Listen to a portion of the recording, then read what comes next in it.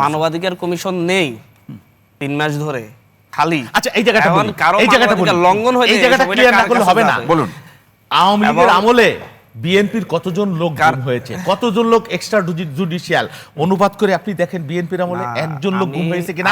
একজন।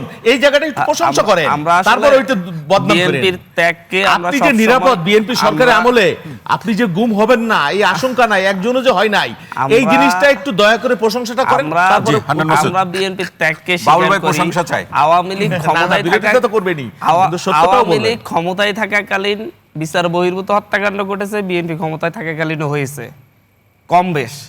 এবং হচ্ছে আওয়ামী লীগ থাকাকালীন বিএনপির প্রচুর নেতাকর্মীকে গুম করা হয়েছে, আওয়ামী লীগের তেমন কোনো নেতাকর্মী গুম হয় নাই। এখন বিএনপি ক্ষমতায় আছে, বিএনপি যদি গুম কমিশন বা প্রতিরোধ অধ্যাদেশ যদি থাকে, আইন যদি থাকে, তাহলে বিএনপি হয়তো বা হচ্ছে চাইলেও আর গুম করতে পারবে না।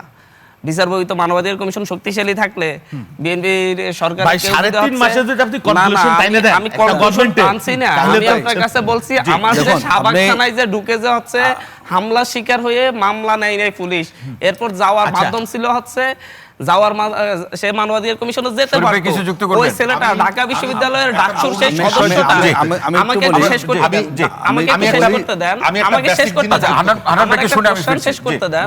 আমি বলতে চাচ্ছি ঢাকা বিশ্ববিদ্যালয়ের ডাকসুর যে ছেলেটা, তার বিরুদ্ধে মিথ্যা অপপ্রচার হয়েছে, ছাত্রলীগের পেজ থেকে মিথ্যা অপপ্রচার করছে যে বেগম আমাদের প্রধানমন্ত্রী মেয়েকে নিয়ে কটূক্তি করছে।